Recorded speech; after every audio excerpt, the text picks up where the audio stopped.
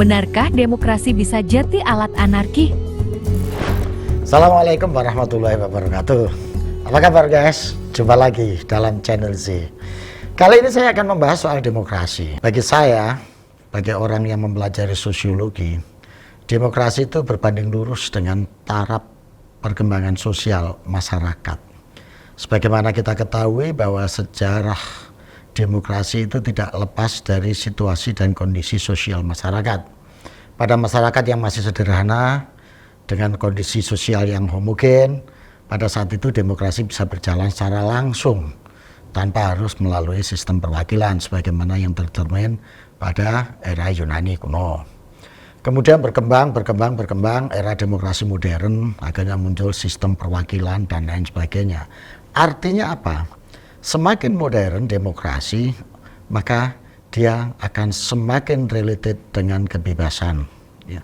Semakin orang bisa menggunakan kebebasan secara baik, maka demokrasi akan menjadi semakin terbuka. Nah, yang menarik, pada situasi sosial tertentu, ketika orang belum bisa menggunakan kebebasan secara baik, maka disitulah sistem demokrasi, pola bentuk format penerapan demokrasi harus related dengan situasi seperti itu. Karena kalau tidak sesuai dengan taraf perkembangan sosial, maka demokrasi juga sama. Dia bisa menjadi alat untuk melakukan tindakan-tindakan anarki atas nama demokrasi, orang memperlakukan persekusi atas nama demokrasi. Saya selalu mengatakan bahwa demokrasi itu berbanding lurus dengan taraf perkembangan pemikiran masyarakat. Seseorang atau masyarakat yang bisa mendistribusikan kepentingan rasional dan emosional secara proporsional, maka kehidupan demokrasinya akan semakin sehat. Saya bukan mencurigai, meyakini bahwa para pendiri bangsa ini cukup memiliki kearifan untuk memahami konsep demokrasi dan memahami situasi sosial politik masyarakatnya.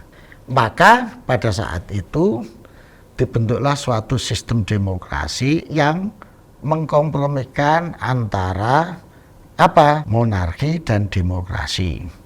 Nah, salah satu hal yang membuat demokrasi baik, nilai kebaikan dari demokrasi itu adalah bisa menahan seorang pemimpin untuk tidak menjadi Tuhan, akhirnya tidak menggunakan kepemimpinan secara semena-mena. Itu adalah nilai terpenting dari demokrasi.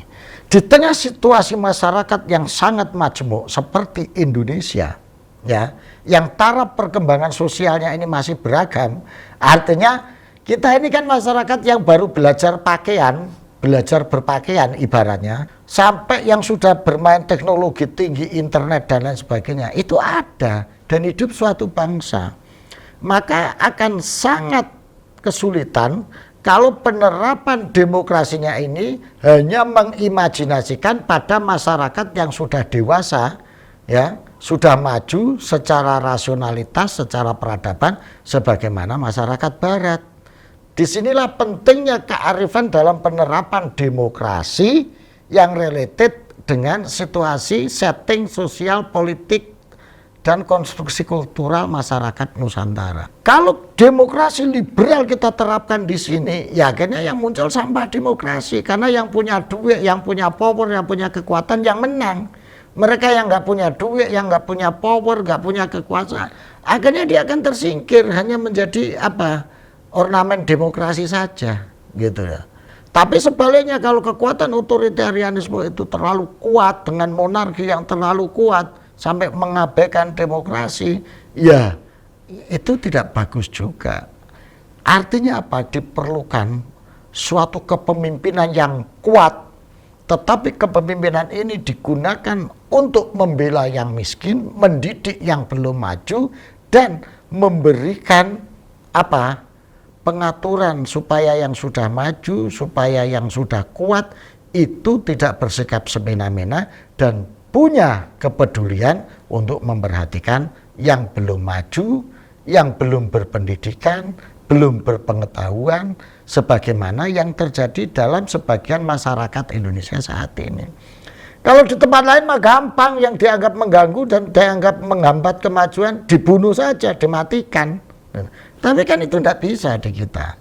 Maka demokrasi kita itu harus demokrasi yang tidak semata-mata mengutamakan liberalisme, tetapi juga tidak semata-mata memperhatikan secara serius, secara berlebihan terhadap monarki atau terhadap pola-pola kepemimpinan yang tertutup gitu ya. Nah, ini harus balance. Inilah yang dulu disebut dengan sebetulnya inti demokrasi Pancasila itu seperti itu. Suatu kondisi demokrasi yang tidak hanya mengutamakan kebebasan, yang tidak hanya mengutamakan pada orang-orang yang sudah modern dan maju, tetapi juga memperhatikan situasi sosial bagi sebagian masyarakat yang secara sosiologis belum mencapai pada taraf kemajuan. Untuk mengelola kemajemukan seperti ini dibutuhkan suatu kekuatan yang adil, suatu kekuatan yang bisa melindungi terhadap yang lemah, tetapi juga bisa mengendalikan terhadap mereka yang terlalu kuat, yang disebut dengan soft power demokrasi. Dan ini terjadi di mana-mana, mau yang ada di Singapura, itu juga seperti itu kok. Mau terjadi di beberapa negara, dalam prinsipnya adalah menjaga harkat martabat kemanusiaan. Itu prinsip dasarnya. Soal format, bentuk, sistem bisa apa saja. Tapi kedua hal ini harus diperhatikan dan diwujudkan secara nyata. Itu guys. Jadi kita nggak bisa demokrasi itu asasnya menang-menangan, bebas-bebasan. Sampai akhirnya yang terjadi ya demokrasi kalau seperti itu.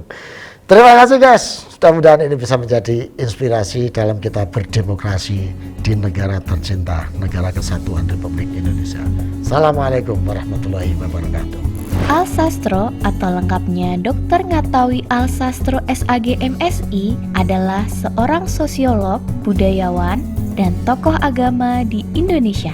Alsastro aktif beraktivitas sebagai akademisi dan berkesenian, serta selalu keliling Indonesia menyapa berbagai kalangan masyarakat sebagai upaya untuk terus merajut keberagaman bagi Indonesia Raya.